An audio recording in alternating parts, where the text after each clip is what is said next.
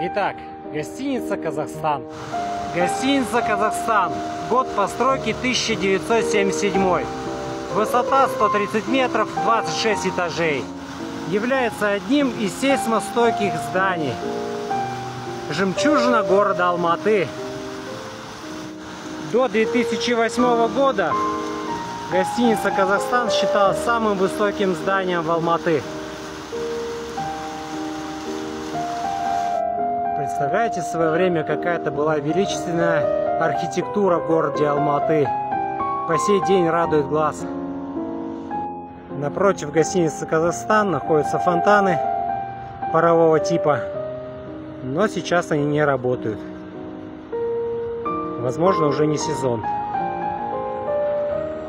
Вот такой вот обзор. Всем пока!